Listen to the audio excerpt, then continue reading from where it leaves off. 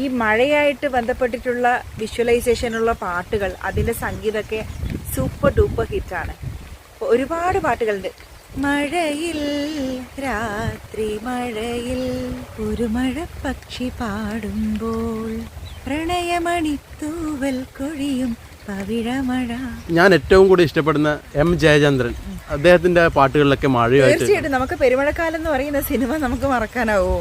ആ സിനിമയില് ഉടനീളമുള്ള ആ മഴയുടെ ഒരു പ്രാധാന്യത്തെ വളരെ നല്ല രീതിയിൽ യൂട്ടിലൈസ് ചെയ്തിട്ടുണ്ട്.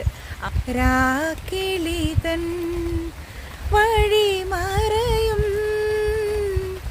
നോവിൻ പെരുമഴക്കാലം.